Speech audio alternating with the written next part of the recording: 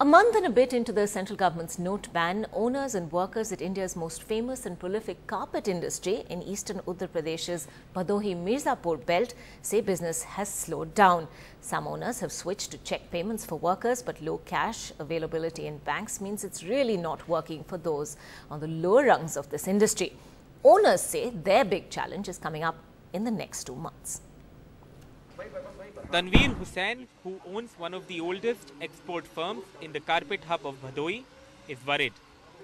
In a month, he needs to send samples to 3 big carpet fairs in Germany. Bulk orders for the whole year are generated there. But so far, only 2 of the 11 samples are ready. There's no cash to pay contractors, who in turn pay weavers. He fears his business with an annual turnover of 12 crore rupees will take a big hit. If we are lucky, the samples which we have made or which we will make and showcase, if we are lucky, we may have a small dent. But if we are not able to make a complete range and go and are not able to showcase our whole thing, we may lose up to 50% or even more.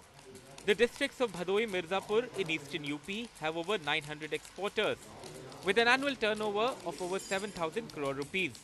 The industry employs at least 15 lakh people.